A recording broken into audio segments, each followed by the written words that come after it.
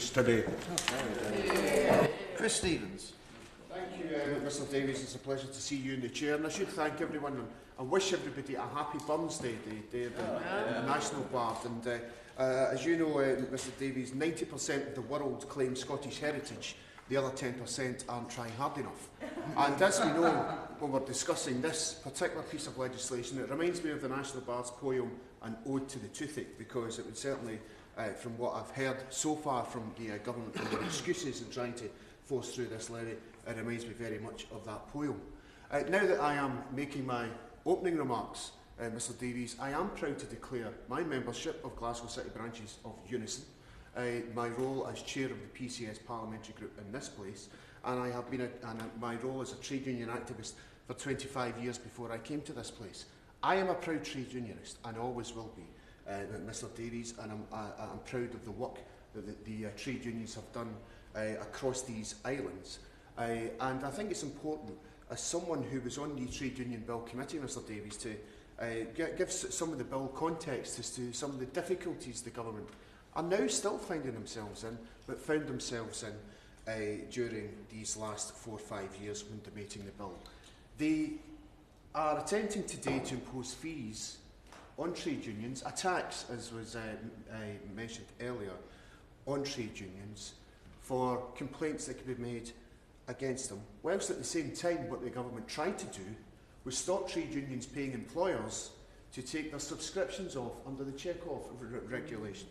They ended up having to abandon that part of the bill. They had to abandon the holding lists of those who were picketing in industrial action because of the concerns over human rights and the breaches that would have. And of course, they're still, and at the time, voted down attempts to introduce e-balloting for industrial action and internal trade union elections, whilst at the same time they were using e-ballots to decide their own parliamentary candidates and their candidates for London Mayor. You really couldn't make it up. And whilst we've been waiting these 4 years, whilst the government's had this consultation, as I had mentioned earlier, 2 general elections since that consultation has taken place. For those last 4 years, this government has promised an employment bill. And where is that employment bill? Well, we now know where that employment bill is, Mr Davies, because the government's admitted publicly, when asked at the last Queen's speech where the employment bill was, that that was not a priority. So it's not a priority, Mr Davies, to deal with zero-hour contracts, short change shift notices, all the other abuses that we see in the workplace. That's not a priority, but imposing a tax on trade unions somehow is. Now, I have very real concerns around, and I deliberately asked the question, who makes a complaint for the certification officer to look at? In my view, it should be a trade union member. Trade union members have the right to go to the certification officer and raise a concern that they have with trade unions. But under the current Trade Union Act, and I'm sure the Minister will confirm that with the new powers that's been issued to the certification officer, any member of the public or any organisation can make a complaint against trade unions. And that can include far-right organisations, as the Honourable Member for Warley had mentioned earlier, and the Shadow Minister as well. Far-right organisations can make complaints against trade unions for their spending on anti-racism work. The trade unions have been one of the drivers in ensuring that we do not have and the fight against racism in this country, and I'm proud that the trade unions have done that. But we can have far-right organisations making those sorts of vexatious complaints around funding organisations like, for example, Show Racism, the Red Card, and I'll declare at this stage that I'm chair of the Show Racism, the Red Card parliamentary group, or indeed Hope Not Hate and other organisations who've done that. And of course we would have perhaps other organisations like, for example, the Conservative Party friend, the Taxpayers Alliance, making vexatious complaints.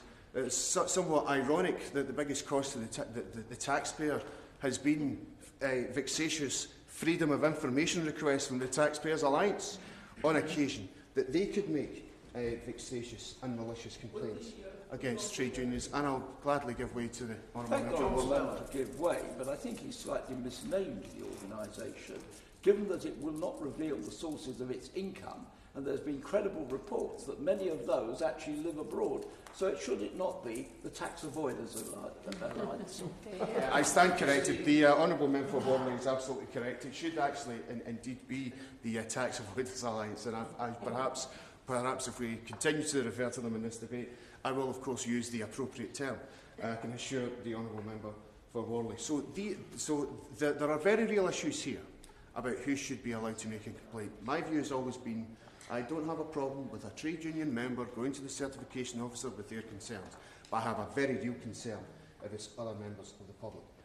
And the cost, we keep being told the cost to the taxpayer, it's not a lot of money when you think about it. 500,000 or 700,000 as it now was, it was 500,000 on the notes, and I do have with me, Mr Davies, the transcript of the Trade Union Bill Committee as it came to the debate of the certification officer.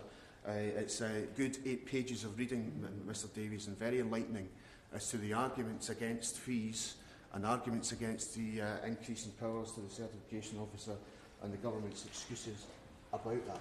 But I have very real concerns that what is at the heart of this is an attempt to curb the work of trade unions in this country by imposing a financial cost that's going to the trade unions. It's the trade unions who are fighting many of the... I will in a second, I do apologize. I'll just finish this point and then I'll give way.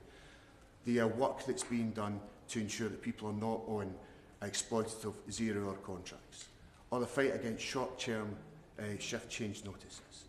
All of these things, of course, are covered, by the way, by the proposed Workers' Rights and Definitions Act in my name, which the government could pick up at any time, but I'll gladly give way to the Honourable Member for it. Very much. I asked this question out of curiosity more than trying to make a political point, but we hear that the Commissioner is costing around £750,000 a year and could possibly go up. But what would that be as a proportion of the total revenue generated by the trade unions in terms of membership fees? I'm afraid I just don't know what the total income of unions collectively is, and it would be very helpful, I think, for the debate if we would know what proportion that is of total union revenue across the United Kingdom. Well, I don't know what the trade union revenue is in the whole of the United Kingdom, but I can tell the Honourable Member I was the former Treasurer of Glasgow City Unison, and it certainly wouldn't be anywhere near 700,000. I can tell you in terms of that, but if he wants to see the accounts of that particular organisation, I'm sure I can provide him with a copy of that, and I'll give way to the Shadow Minister. I thank the Honourable gentleman, and he's making an excellent speech. I think the issue here, and again, I think we've got to bring it to the issue here is not the revenue that trade unions generate. The issue here is any money that is taken away from the trade unions is money that's taken away from helping working people, helping to improve terms and conditions and fighting for the rights of working people. Steve, well, I do agree with that, and the Shadow Minister will recall, because he actually referenced this, was the attempt to impose fees at employment tribunals, which the government had ended up losing. That was also costing trade unions money, because trade unions were having to pay that money to defend their members at employment tribunals. So, but my very real concern, Mr Davies, going back to this particular piece of legislation, is that it curbs the work, the basic work of trade unions in fighting for dignity in the workplace.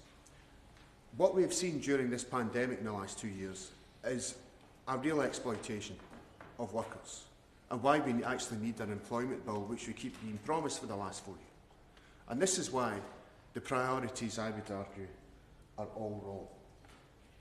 Also, Mr Davies, the government has international obligations here, and it's not following them by its route today, as Thomson solicitors are quite clear on. We have the ILO conventions, Article 6 is being breached here. We have the extension of the certification's investigative powers would effectively, and imposing a levy, would effectively make the certification officer, the judge, the complainant, the investigator, the prosecutor and judge, and that is in contravention of Article 6 of the European Convention of Human Rights and in breach of international labour organisation standards. And that is, I think that is a very real concern, is that once again the government finds itself as an outlier when it comes to international labour standards, and that is a very real concern. This piece of these two, the Minister will try and present these two regulations as just standard practice, but I certainly do believe that they are ideological, they are an attack on the trade union movement, they are in breach of international obligations, and once again the government finds itself with its priorities all wrong. And perhaps the Minister can indicate, firstly, whether he will accept the Workers' Rights and Definitions Act, which is tabled by myself, which would go some way, a long way, I would suggest, in ensuring fairness in the workplace. Or can he tell us when the government will finally put forward its employment bill to deal with so many issues that are affecting workers in this country? Thank you.